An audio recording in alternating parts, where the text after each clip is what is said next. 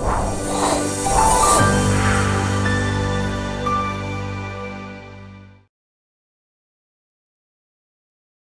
again, everybody. Welcome to the Big Idea, Big Moves podcast. This is the destination for high performers. We talk to people from different genres, different niches, different areas of expertise, all doing cool things in their field of expertise. So we talk to CEOs, we talk to athletes, we talk to scientists, academics, all of those different things to take little bits away that you can use and apply them in your own lives. And I know today is going to be one of those episodes. We've got a really cool guest that we're going to jump into in just a second. If you've been listening to the podcast for a while, you know that we have a relationship with Impact Magazine. So if you are looking for a publication and resource for fitness, health, nutrition, it's definitely the place to go. Right now, they are recognizing a bunch of top fitness trainers. So definitely take a look at that one and see all these people doing really cool things in the space. So you can see them on Instagram. That'll be in the show notes. You can look them up yourself or see them tagged to these, or go to www.impactmagazine.ca and check it out for yourself. The other thing is that we work with Epitome HR as well. And right now there's a lot of people who are listening who are business owners or are leaders in organizations, and they're having to get through kind of all of this stuff that all the change that's happening right now. And they can definitely help with that. They have on their website an HR assessment that might help your thinking around what kind of solutions work best with them. So you just need to go to www.epitome, EPITOMEHR.com. Check out their services and see if it's something that will help you out over the next little while. And now we'll kind of jump right in. We're really happy to have Jenny Fisher, or fitfishmom, known to kind of all of your thousands of followers across multiple social media platforms. She's a working mom of two who's built up a really strong full fitness program and an app as well, on basically how to make healthy living tools available broadly to people. So this is really cool from our end. Her personal training background comes across, as you see, in a lot of the live connections that she does as well. She has a really engaging style and real kind of down-to-earth way of connecting with her community. And that's also led to a lot of brand connections as well for you as well. So Jenny, I know you're a very busy person. You've got lots going on in your life. So thank you for taking the time with us today. Thank you for having me. I'm very honored to be here, and I hope I can add some value to your listeners. Oh, and I'm sure.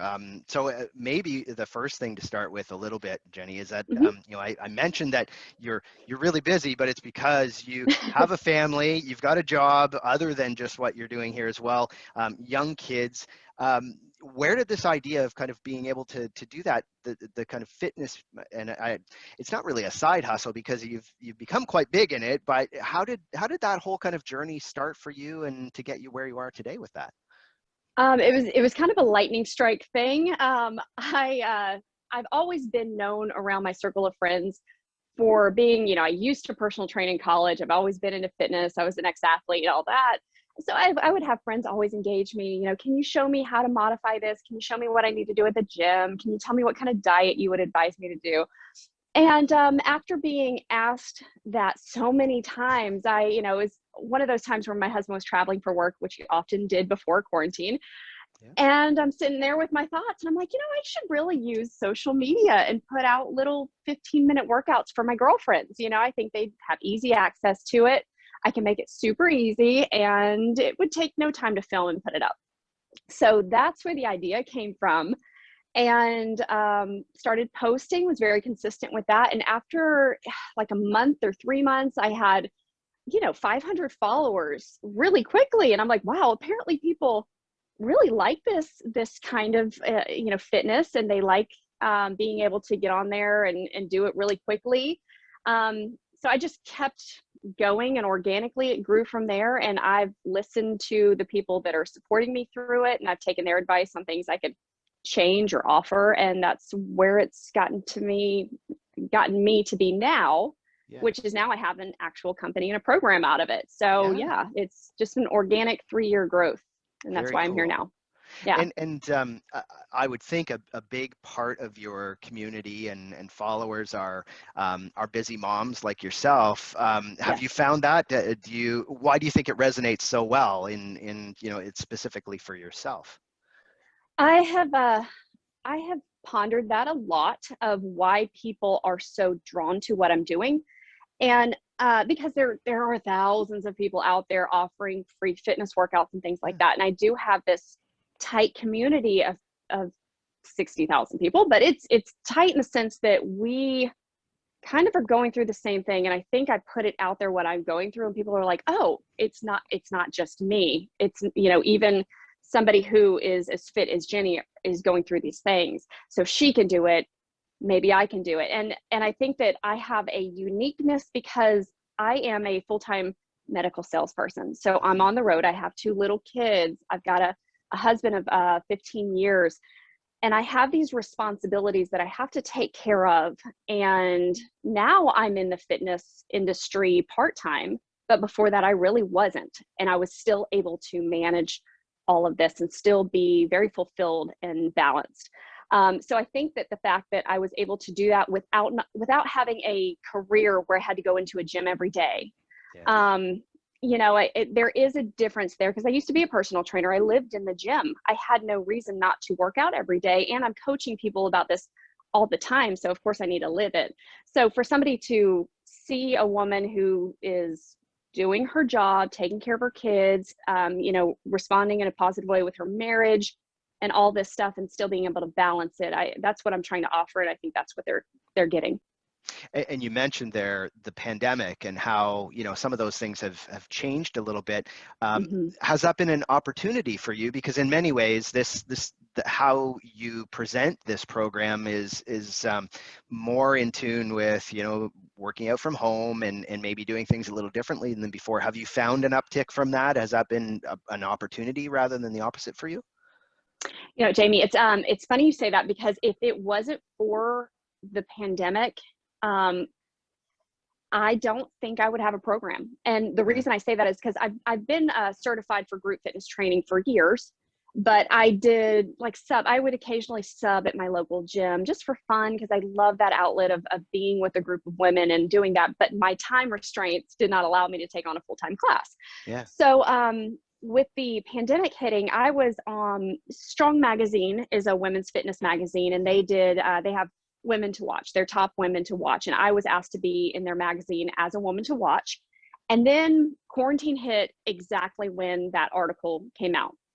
And so I reached out to them and I said, hey, you have a big platform. I've got a big platform.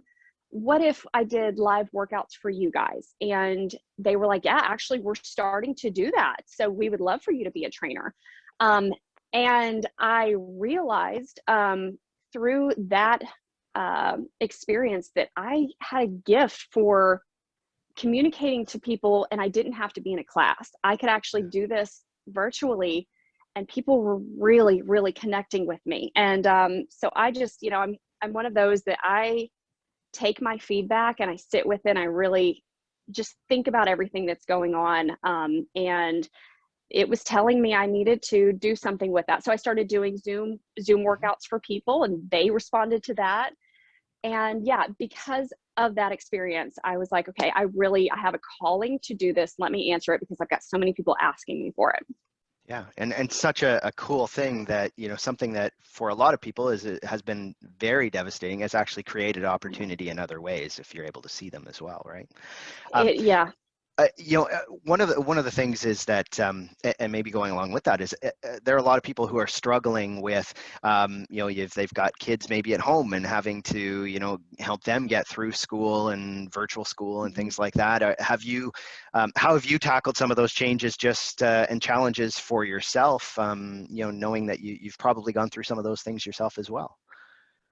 I have. So obviously when quarantine really affected everybody in February, March, April last year, Yeah. we were shut down. Our kids were at home with us. I obviously couldn't work. I was doing at home work here and there, but my job really is in the field. So, and my husband's now not able to travel, so he's having to work in his home office. It was it was a lot. What I realized from that is I'm very routine oriented. I really had no idea until that happened. And I was like, this is an opportunity. This is my, naive self when it first happened. I'm like, this is a time, guys, to really get your nutrition under control. You have nothing but to focus on you right now. Oh my goodness. And then this wrench happens to me personally. And I went, wow, now I'm getting affected how some of my, viewers are being affected, where I got so sick of cooking 3 square meals every day for people, and it had to be healthy, and I'm still having to figure out creative ways to get fitness in. I was over it. I mean, I definitely gained my quarantine pounds, but through that, I was able to connect with my viewers on a totally different way. Like, guys, I get what you're going through. So that was eye-opening. I was able to relate to people. And with that, again, I always take my experiences and I build on them, and I try to grow from what I learn. And I was able to go, okay, there is a need here for people to have this at-home fitness, and not just at-home fitness, not just going onto YouTube and doing a workout, but really having somebody who is talking directly to you and trying to pull you into doing something better through your fitness, training for whatever it is that you're training for. And that's what I'm trying to do virtually, is pull that out of somebody and taking them to another level of training, instead of just checking a box and doing a chore and saying, okay, I got my sweat in, I'm good. I really want them to connect to that training. Well, and you've built this, I touched on before, a really strong community, but also a community that is quite engaged with you as you're going through these different things as well. How important has that been in your success, and even for you in going through this, because you do have a connection, I'm sure, with a lot of those people that are in your community. Yeah, I'm very blessed. My experience is my unique experience. I don't know what other, I apologize for using this word, but influencers, I don't know what they experience, but I know that my engagement is very heavily commenting. Like, I get enough likes, it's fine, but very heavily commenting, which tells me that people feel very comfortable expressing themselves to me, and they know that it's a safe space to open up about what they're experiencing, and they can tell me when. And they challenge me too. If they disagree with me, they challenge me. They feel safe enough, and they know that I usually respond with grace and understanding in those situations. So yeah, the engagement that way has been amazing. And then the other thing that a lot of people don't see is the direct message engagement that I have. I have some of the most deep conversations with complete strangers that you could ever have. I mean, about their mother has cancer, they're dealing with this, people having alcohol problems during quarantine, reaching out to me to discuss these things. And so through that it's completely transformed me as a person, I got to tell you. So yeah, I hope that answers your question. It's does, very for valuable sure. to me. Yeah, and I think that's the part that comes through as well, and probably creates more engagement, because people do feel that they can have that connection with you. You've crossed multiple platforms now too. Maybe a pure business question is how do you learn those? How do you figure out which ones make sense for you to be able to kind of connect with? How have you done that recently?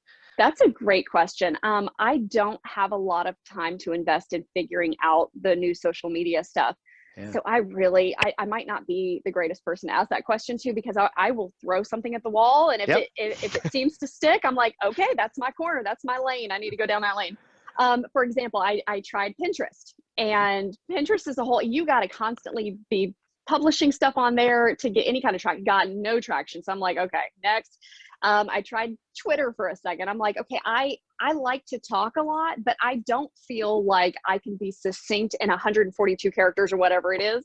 So that's just not for me. My lane is entertaining people and inspiring people. So Instagram obviously is a good one. Facebook is great because it engages my actual community where I live, where my parents live, all that stuff. And then YouTube obviously is a great place for me to do long form videos. So that's been a great, I just hit 1,000 subscribers on that. So I was excited about that one. Yeah. Thanks. And then what is the TikTok? Yeah. So TikTok scared me to death for a while because I'm like, it's just a bunch of 13-year-olds on there. I don't need, I'm 38 years old, mother too. I don't need to be on TikTok. I accidentally fell into TikTok because I was using it as an editing app, and I edited a really quick, short, stupid thing where I was talking to the camera, published it on there, published it onto Instagram, and it did okay on Instagram. It got like 2 million views on TikTok, and I'm like, wait, what? And then all of a sudden I had, I think I have over 40,000 followers on there, and I've only been on there since September. It's wild. But to answer your question, I don't have a lot of time to invest and research each one, but I do know my talents and my qualities and the ways that I can connect with people. And so I try to figure out which platforms allow me to do that. Yeah, very cool, very cool. And one thing I did read is that you dabbled in MMA stuff at one point. Yeah, I did. It's a bit of a departure from what people would think. I think just listening to you, tell us about that, and just where did that come from? Yeah. So, Jamie, one thing you're going to know about me, or you need to know about me, is I will try anything once. I will try anything once. So I surf, I now skateboard. The pandemic taught me how to skateboard.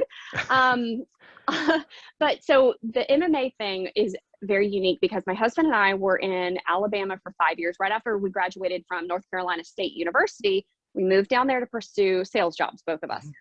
And we're in Birmingham, Alabama, going to this tiny little neighborhood gym. And it's great. He and I, that was our date nights, was going to the gym together.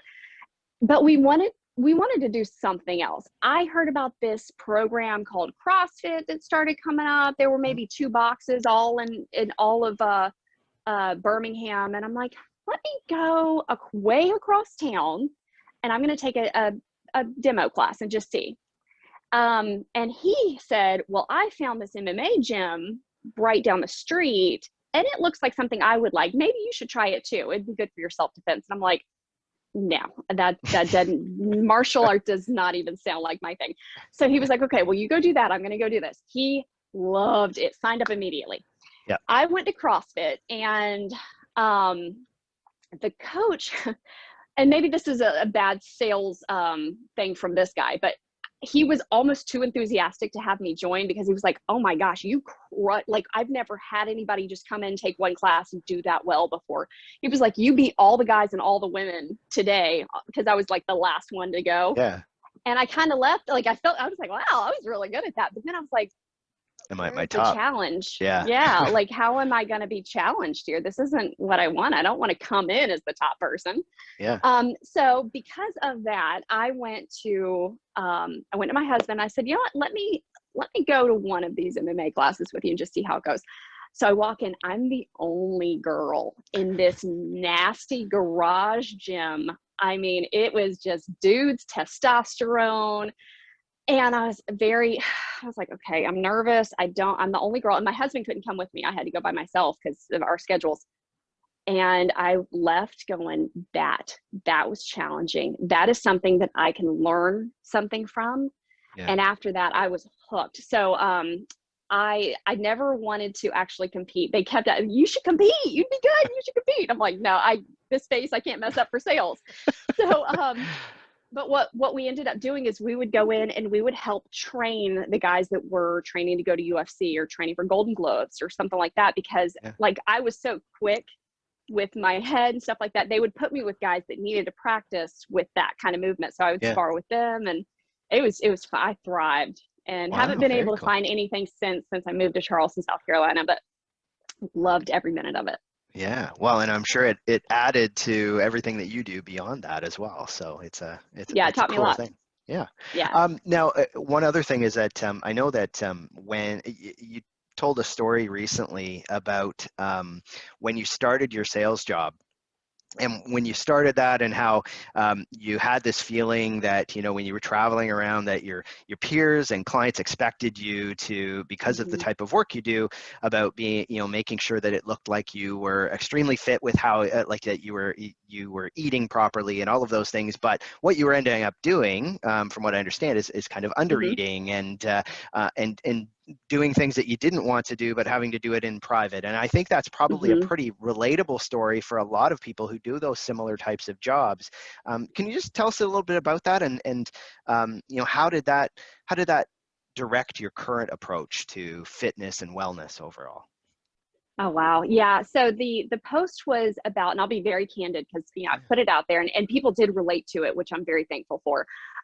When I started my sales job, I always saw myself as a super fit, healthy person. Mm-hmm. And because I did not at the time look like it, I felt like I needed to act like it so that people would just know, oh, Jenny must be super healthy. All she eats is like super clean food.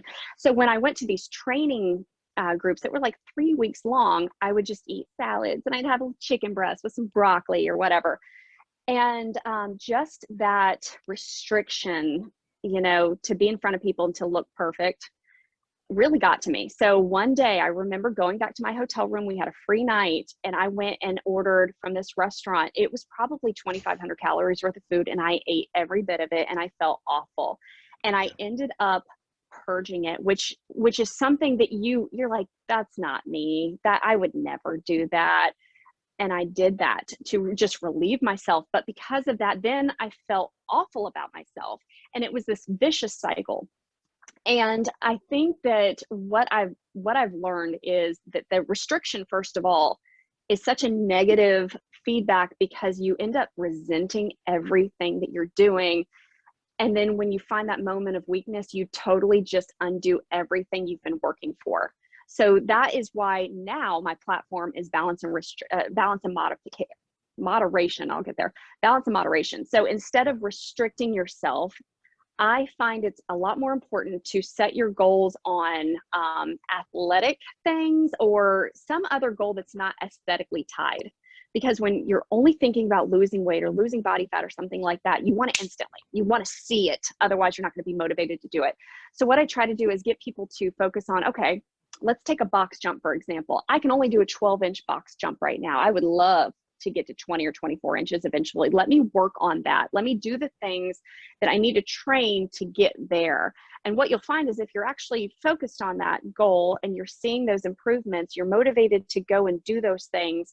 And eventually you'll get to a place where you'll start to see your body changing into that athlete that's able to do that. And then you set a new goal, but all of that is to say restriction is it's just a personality killer. It's a motivation killer. I just think it's the antithesis of everything we need to do as we're setting goals for ourselves. Yeah, and more of a whole life approach too to it, not just one specific thing. Yeah, it's a lifestyle thing. Yeah, absolutely. And so from your end, I mean, we usually ask, are there mentors or people that you've really kind of learned some of this stuff from, or that you've really looked up to through your journey so far? That is a very thought-provoking question. I think I just pull from everything in my life. So full transparency, I have a degree from North Carolina State in nutrition, biological sciences, concentration in nutrition. So I had a lot of influence there in just understanding how very little we understand about nutrition. And also just the way that the government can influence the way that nutrition is marketed. So because of that, I have a very skeptical way of looking at nutrition diet marketing. But also I look up to Dr. Bolsewicz. I mentioned him a lot on my page. We are actually personal friends. But recently, he just released a book called Fiber Fueled. I've always been interested in the gut microbiome and the whole mind-gut thing. So he's been a huge influence, and I've picked up on, I've always thought that we eat too much protein. We're focused too much on protein, and there's something we're missing in, how to feed our gut microbiome. Well, there's two ways to do that. That's breast milk, which we're not really able to get very much of that. And then there is fiber. Yeah. Those two things are what fuel those gut microbiomes that we need to fuel the processes in our body. So he's been a huge, if anybody wants to go follow him, the Gut Health MD, huge mentor for me. And then outside of that, I hate to sound tacky, but I feel like the people that follow me and pour into my cup through social media have actually been huge influences on me. Again, people challenge me. People bring up things that I never thought about in ways that I never thought about them. So that has been just collectively this huge influence in my life, and to make sure that I'm able to be very conscientious in the way that I'm providing, because now I have this huge platform, and it happened over 3 years. So I can't just say stuff without really thinking about how this is going to impact any of my readers. So that's been a huge influence for me. And then, I'm also a Christ follower. So that is always going to be my, that's the light that I walk towards. But yeah, that's, to answer your question, those are my influences. And what is on your kind of how do you look at goal setting for yourself? Because you've got multiple things that I'm sure you're kind of looking at across whether it's your work life or Yeah. the different separations of it. How do you approach goal setting for yourself? Are you one of those people who writes That's it all down, or how do you do it differently? I don't write it down. So in my business world, in my social media world, in my fitness world, this is how I approach my goal setting is I set goals that are short term. So obviously, like for example, for my sales, I want to hit President's Club this year. Okay, how am I going to do that? I can't just hit President's Club. I am going to do this in this amount of time. So it's always short term. So in the next month, I need to have this done. I also want it to be time oriented. So, how many times, it's got to be quantifiable. How many things am I going to do in what amount of time? For example, I need to make at least 5 sit down meetings or lunches per week for the next month. Yeah. And through that, when you're talking about action oriented stuff, instead of just I need to bring in $10,000 worth of sales this month. But how are you going to do it? And it's the same thing with losing weight. I want to lose 10 pounds. Okay, that's great. How are you going to do that? Maybe you could say, I need to go to 2 more HIIT classes this week for the next 2 months. Action oriented, short term, put it into terms that you can say, yes, I have done that. And also, it's got to be attainable. So if you're like me, super busy mother, to say and you don't work out at all, to say, okay, starting today, I'm going to work out 6 days a week for at least an hour a day. That's not attainable. I don't care who you are. It's not attainable to sustain you through however long. It might be attainable for a week or 2, and then you're going to start that resentment process because you feel like you're failing. So that's what I want people to avoid when they're setting goals, is set yourself up for success. That's the biggest takeaway. Set yourself up for success, set the bar low, and keep pushing that bar higher and higher every time you have a success. Well, linking on with that, because one thing we ask everybody we talk to, every guest, is kind of 2 or 3 actionable things people can do. And I think considering your background and what you're doing in your life, there are probably lots of people that are out there, busy parents, having to work, doing all these things in a probably a pretty stressful time right now. Do you have 2 or 3 kind of tips on what people can do to help, balance things and still be able to kind of affect their fitness and wellness goals at the same time? Yeah, let's talk about, portion control, because, calorie counting can be very overwhelming for people, especially if you don't have a nutrition background. And everybody sets this daily goal. I need to stay under 2,000 calories a day. I need to stay under 1,400 calories a day, or whatever. Whatever your goal is, mine is maintenance. So I try to stay under 1,800 calories a day. The way that I have learned, and I actually retrospectively learned that I do this. I was doing it, and then when people asked me, I was like, oh, that makes sense. I need to share this. With my breakfast, first of all, I try to make sure I'm eating 80 to 90% plants, but for my breakfast, I meal block. So I eat a breakfast, lunch, and dinner, and you might have snacks, whatever. You could still do it with that. For my breakfast, I stay between 200 and 400 calories for my breakfast. There's a lot of options for breakfast that you can stay in that. So I go, wow, okay, got that goal. I'm successful already. And then you go to lunch and you go, okay, I can eat between 400 and 600 calories for lunch. 600 calories it's a lot of food when you really break it down. Even if you go to fast food, you can find something under 600 calories. And again, this is my goal, not everybody else's. And then for dinner, I'm now 600 to 800 calories is what I'm allowed to eat. And that's when you start understanding nutrition, how to count. 800 calories is actually a lot, especially when it's 80 to 90% plant-based. The other thing is I know personally that I really enjoy my wine every night. I'm not going to restrict myself, not every night, but most nights. I'm going to have a glass of red wine every night. I make sure I build that into my meal block. And then on the weekend, I actually have extra calories that I have left over on the weekend, so I can splurge because I built that in for my Saturday and for my Friday and Saturday. So my husband and I, we can go downtown and have a good meal and not even worry about it.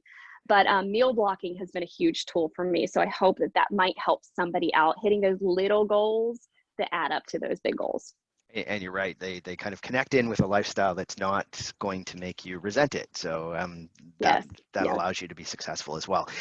If people are looking to follow what you do and all those things, what would some of the best ways to do that be, Jenny? I am on just about every social media out there. I am fitfishmom. My last name is Fisher. So fitfishmom, and then my whole program is fitfishmom.com, and eventually you'll be able to find the app through there, which is being built right now. Very excited about that. Very cool. Very cool. And we'll make sure that we put it in all the show notes, and we'll have the links on there as well. So if you haven't had the opportunity to write it down, then we'll make sure that it's readily available for you as well. If you haven't subscribed to the podcast on whatever platform you're either listening or watching on, make sure you do that now, because we have fantastic guests every week. And again, thank you for taking the time out of your busy schedule, Jenny. We really appreciate it. Thank you so much for having me on. I greatly appreciate it. Mutual respect. No problem. Okay, well, thank you. And we will talk again on Big Idea, Big Moves.